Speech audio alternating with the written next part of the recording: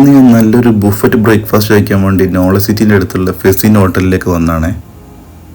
First ഫ്ലോറിലാണ് ഇവിടുത്തെ restaurant വരുന്നത്. ഫ്രണ്ട്സായിട്ടും family ആയിട്ടും ഇരുന്ന് കഴിക്കാനുള്ള വിശാലമായ സൗകര്യം ഇവർ ഒരുക്കിയിട്ടുണ്ട്. ബ്രെഡ്, കേക്ക്, ബണ്ണ്, ഡോണറ്റ്സ് തുടങ്ങി കുട്ടികൾക്ക് ഇഷ്ടപ്പെടുന്ന കോൺഫ്ലെക്സും ചോക്കോസും ഇവിടെ ഉണ്ട് കേട്ടോ.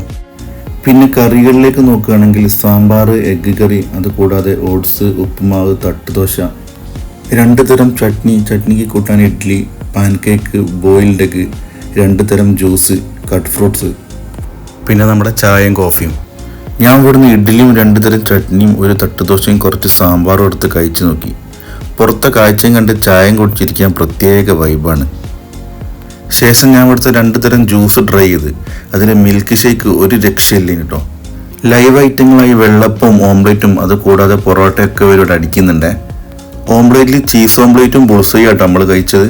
അതേപോലെ അകത്ത് ഡൈനിങ് കൂടാതെ പുറത്ത് ഓപ്പൺ എയറിലും ഒരു വിശാലമായ ഡൈനിങ് സെറ്റ് ചെയ്തിട്ടുണ്ടോ.